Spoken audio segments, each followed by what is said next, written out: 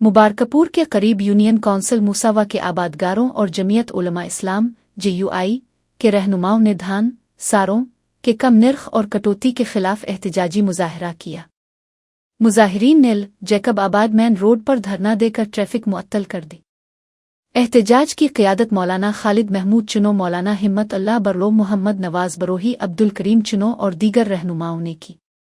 मुजाहिरीन का कहना था कि इलाके में धान की फसल उतरने के कई दिन गुजर चुके हैं, लेकिन ताजिरों और कारखानादारों ने जानबूझकर धान की कीमतें कम कर रखी है। उनके मुताबिक धान का रेट सिर्फ 2000 से 2200 रुपये फी मन मुकर्रर है, जबकि ताजिर फी मन 2 से 3 किलो कटौती भी करते हैं, जिससे आबादगारों के अखराजात पूरे नहीं हो पाते। रहनुमाओं ने मुतालबा किया कि कम अज़ कम आम धान का रेट 3000 रुपये फी मन और सपर धान का रेट 8000 रुपये फी मन मुकर्रर किया जाए, ताकि काश्तकारों के नुकसान की तलाफी हो सके।